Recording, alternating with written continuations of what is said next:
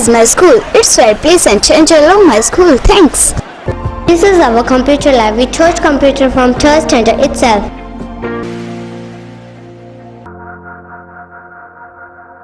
This is a school where my dream come true. नमस्कार, स्वागत आपका केयर याना पे। मैं हूं आपके साथ रमेश जाखड़। दोस्तों, खरीफ 2022 के बीमा क्लेम पे सभी की नज़रें जो है वो टिकी हुई हैं कि आखिर कब बीमा क्लेम आएगा।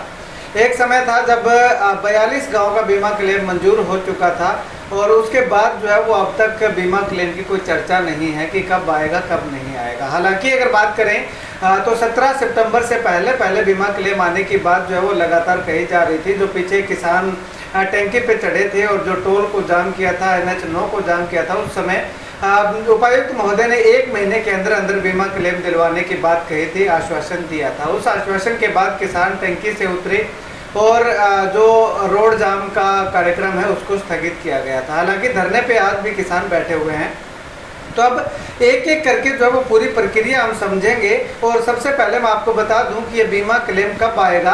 तो बीमा क्लेम जो है वो 17 सितंबर से पहले आने की बात जो है वो लगातार कही जा रही है। और अगर मोटा मोटी तौर पे मैं आपको बताना चाहूँ तो इस सप्ताह में यानी कि 11 सितंबर तक जो है वो बीमा क्लेम आने की बात जो है वो लगातार कही जा रही है। अब ऐसे में चर्चा ये भी चल रही है कि पूरे सिरसा जिला का 623 करोड़ रुपए बीमा क्लेम जो है वो 623 करोड़ रुपए जो है वो एक साथ जो है वो डाल दिया जाएगा। अब ऐसे में किसी किसान के खाते में दिक्कत है तो उसका बीमा क्लेम जो है वो रुक सकता है। अगर किसी सभी किसानों का खाता सही तरह से चल रहा है यानी कि किसी ने KCC बंद नहीं करवाई है या कोई और दिक्कत उसमें नहीं है या आधार नंबर की अगर बात करें तो वो अटैच है, तो उन तमाम किसानों का बीमा क्लेम जो है वो 11 सितंबर के लगभग जो है वो आने की पूरी संभावना दिखाई दे रही है। अब ऐसे में ये मामला जो है वो काफ़ी पेचीदा मामला जो है वो होता हुआ दिखाई दे रहा था। लेकिन जैसे तैसे करके पैरवी की गई, किसानों ने जो है वो जोर आजमाइश की और बीमा कंपनी को जो है वो आखिर करके जो है वो झुकना पड़े और किसानों की जीत हुई। तरह तरह के आंदोलन जो है वो किसानों के द्वारा किए गए और उसके बाद जो है वो जैसे ही पीछे किसान आंदोलन चल रहा था और कुछ समय भी दिया गया था, उस समय जो है वो कुछ किसानों के खातों में बीमा क्लेम आना शुरू भी हो गया था। और 42 गांव के लगभग बीमा क्लेम जो वो आ चुका है, लेकिन बाकी बचे हुए गांव का बीमा क्लेम 11 सितंबर तक आने की पूरी उम्मीद जो है वो दिखाई दे रही है। अब ऐसे में ये पेच जो है वो कहाँ फंसा था, उस पेच की अगर बात करें तो बीमा कंपनी की ओर से फसल कटाई के प्रयोग की प्रक्रिया पे जो है वो एक आपत्ति दर्ज करवाई गई थी। अब इसको थोड़ा ध्यान से सुनिएगा कि बीमा कंपनी ने बीमा ना देने के लिए क्या क्या हथकंडे अपनाए और उसके बाद जो है वो जहां भी बीमा कंपनी गई वहां पे उसे मुंह की कैसे खानी पड़ी। बीमा कंपनी ने फसल कटाई प्रयोगों के यानी कि जो क्रॉप कटिंग होती है उस पे जो आपत्ति दर्ज करवाई थी।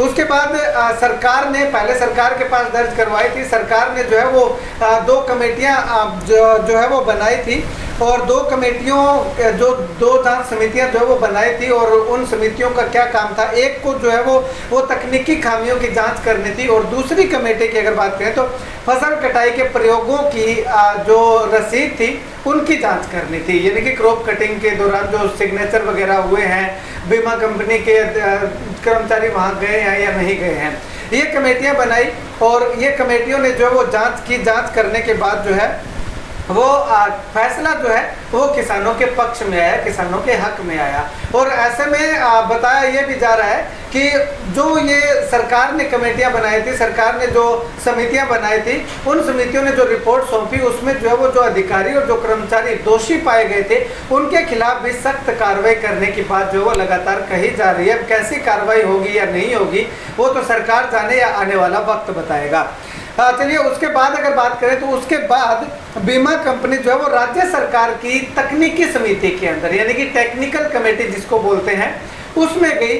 उस कमेटी ने जो है वो अपनी जांच पड़ताल की, जांच की, पूरी जो रसीद वगैरह थी वो सभी की जांच करने के बाद वहां से भी बीमा कंपनी को जो है वो मुंह की खानी पड़ी और फैसला जो है वो राज्य सरकार की तकनीकी कमेटी जो है, टेक्निकल कमेटी जो है, उसका किसानों के पक्ष में जो है वो फैसला आया और उस कमेटी ने भी बीमा कंपनी को बीमा जारी करने के निर्देश दिए।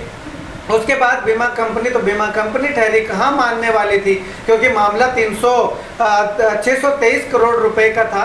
तो 623 करोड़ रुपए बीमा कंपनी डकारना चाहती थी या कुछ डकारना चाहती थी। तो इसके लिए बीमा कंपनी जो है वो भारत सरकार की तकनीकी अगर बात करें तो सलाहकार समिति में गई, यानी कि टेक्निकल कमेटी, जो सेंट्रल कमेटी जो तकनीकी कमेटी है या टेक्निकल कमेटी है उसमें गई। वहाँ जाने के बाद वहाँ की समिति ने, जैसे ही हमने पीछे जब ये आंदोलन हुआ था तो उस समय जो है वो लगातार चर्चा चल रही थी कि बीमा कंपनी जो है वो सेंट्रल कमेटी के अंदर जो है वो टेक्निकल कमेटी में जा चुकी है।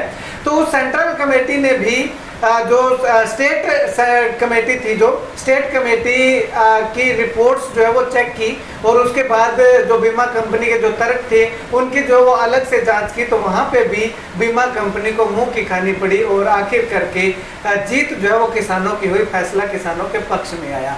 तो सेंट्रल कमेटी ने जैसे ही बीमा कंपनी को निर्देश दिए कि आप जो है वो गलत हैं और किसान सही हैं, किसानों का बीमा क्लेम जितना बनता है उतना किसानों के खातों में डाला जाना चाहिए, यानी कि निर्देश दे दिए। उसके बाद जो है वो बीमा कंपनी ने सोचा कि कहीं पे भी कोई बात नहीं बनने वाली, तो ऐसे में बीमा तो देना ही पड़ेगा। उसके बाद बीमा कंपनी के तमाम कर्मचारी जो अधिकारी हैं वो किसानों का बीमा बनाने में जुट जाते हैं कि किस गाँव के किस किसान को कितना बीमा जो है वो दिया जाना है।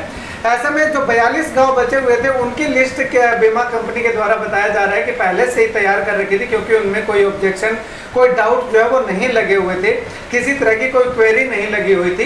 तो जैसे ही आदेश जारी हुए और उधर से किसानों ने जो है वो जाम कर दिया, टंकी आंदोलन चलाया, तो उस प्रेशर में बीमा कंपनी ने पीछा छुड़वाने के लिए जो है वो कुछ हद तक 42 गाँव का बीमा क्लेम जारी किया कि आखिर कैसे न कैसे किसान जो है वो शांत हो सके। उसके बाद technical committee, central technical committee ने बीमा कंपनी को निर्देश दिए कि बचे हुए किसानों का भी शीघ्र जो है वो बीमा क्लेम जारी किया जाना चाहिए। तो उसके बाद बीमा कंपनी तमाम जो है वो अपने काम पे जो है वो लग गई और सरकार को एक आश्वासन दिया गया कि इस समय के दौरान जो है वो बीमा कंपनी जो है वो किसानों के खातों में क्लेम डाल देगी। उसके बाद सरकार की ओर से उपायुक्त महोदय जो है वो किसानों के पास जाते हैं, किसानों के पास जा करके जो है वो उन्हें एक आश्वासन देते हैं कि 1 महीने के अंदर अंदर जो है वो बीमा क्लेम आ जाएगा। तो ऐसे में उस आश्वासन को कुछ हद तक सही माना जा सकता है, झुठलाया नहीं जा सकता, क्योंकि लगातार जो है वो जब अब पता किया है तो ये पता चल रहा है कि 1 सप्ताह के अंदर अंदर बीमा क्लेम जो है वो आ जाएगा। अब ऐसे में अगर बात करें तो बीमा कंपनी ने किसानों का बीमा क्लेम ना देने को लेकर के तमाम तरह के हथकंडे अपनाए, लेकिन अभी तक बीमा कंपनी की दाल कहीं पे भी नहीं गली और 623 करोड़ रुपए का बीमा क्लेम जो है वो लगातार बात चल रही है कि बीमा कंपनी किसानों के खातों में जो है वो डालना शुरू कर देगी। कुछ एक बीमा क्लेम आ चुका है, कुछ एक आना बाकी है। अब ऐसे में बीमा कंपनी क्लेम तो डाल देगी, लेकिन जो कृषि मंत्री ने कहा था कि बीमा कंपनी पे कार्रवाई की जाएगी अगर 10 दिन के अंदर अंदर बीमा क्लेम नहीं डाला तो, या जितना लेट करेगी उतना किसानों को इंटरेस्ट सहित जो है वो बीमा क्लेम दिलवाया जाएगा। इस पे कृषि मंत्री कितना खरा उतरेंगे वो आने वाला वक्त बताएगा। खैर, एक बार बीमा क्लेम आ जाए उसके बाद जो है वो कृषि मंत्री से भी ये जानने का प्रयास करेंगे कि आखिर वो आपका इंटरेस्ट का क्या रहा और बीमा कंपनी पे कार्रवाई या ब्लैकलिस्ट करने की जो बात लगातार अखबारों की सुर्खियां जो बना रखी थी उनका जो है वो क्या कुछ रहा। खैर, अगर बीमा क्लेम आपका आना शुरू हो जाता है तो आप जो है वो हमारे के हरियाणा के कॉन्टैक्ट नंबर पे जो है वो आप लगातार जो है वो कॉन्टैक्ट कीजिएगा, बताइएगा, ताकि और किसानों को भी बताया जा सके कि बीमा क्लेम आना शुरू हो चुका है। आप इस वीडियो को जितना ज़्यादा हो सकता है शेयर कीजिएगा ताकि हर किसान तक ये जानकारी पहुँचे और हर किसान को पता चल सके कि आखिर बीमा क्लेम कब तक आने वाला है।